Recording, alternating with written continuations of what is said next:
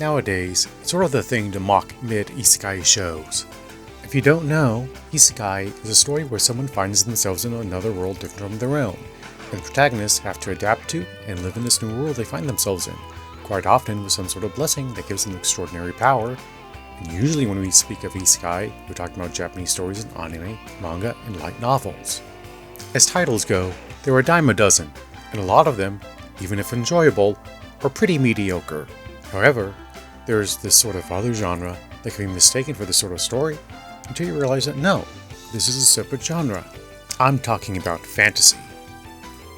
Now, you may be puzzled at what I'm saying. Of course fantasy is a different genre. Only sort of. Isekai mainly being a fantasy subgenre. However, because the fantasy genre in anime is dominated by the isekai subgenre, sometimes I find myself thinking, this feels off for an isekai. Wait, this isn't isekai, this is fantasy. First, what is fantasy fiction? Fantasy fiction is stories that take place in magical worlds where reality is different from our normal one, having some degree of unreal qualities like magic or mythical creatures, but fundamentally there's always something different from that world and our own. Now the boundaries between fantasy and science fiction are fuzzy, but that's a discussion for another day. Fantasy fiction is different from myth and legends in that they are deliberately created, as opposed to being old stories whose origins are themselves myths and legends. One of the earliest fantasy story authors was George MacDonald, who wrote the novel Metastases, which I need to get around to actually reading, which was published in 1858. About a man who finds himself in a dreamlike fantasy land.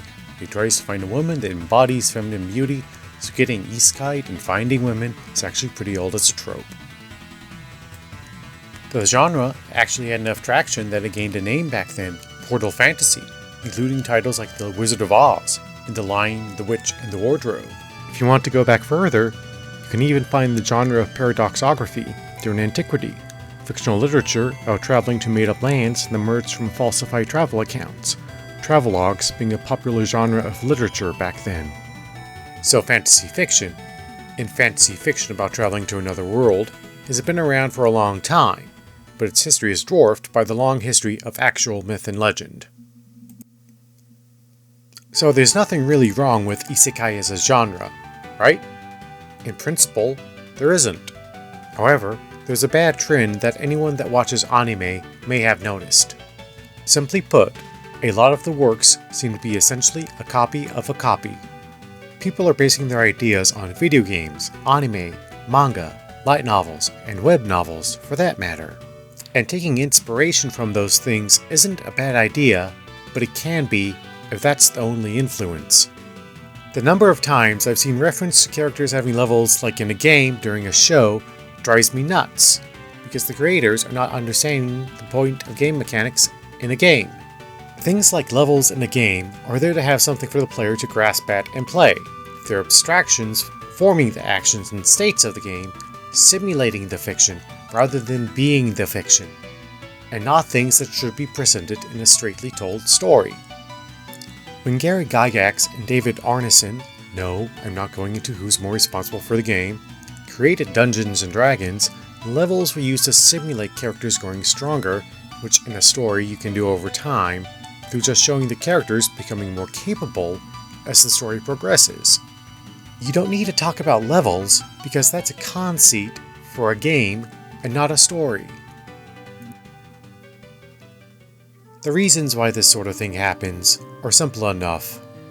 The first reason is that when a popular piece of fiction comes around, and a lot of people read it, they want to imitate it and put their own spin on things.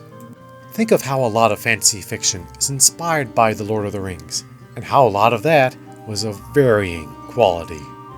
The sort of shosetsu web novel phenomena, where amateur writers pen stories of varying degrees of quality, has a long tradition even in the West, with modern fanfiction dating to around the 18th century. The second reason is people not reading older works, or myths and legends. If people have a limited pool of references, then what they will make will suffer from the creators not understanding the deeper meaning of the conceits in the fiction and misuse them. The clear and simple summary is that isekai stories suffer from the problems that most popular genres suffer from: oversaturation and poor quality titles drowning out the few good ones.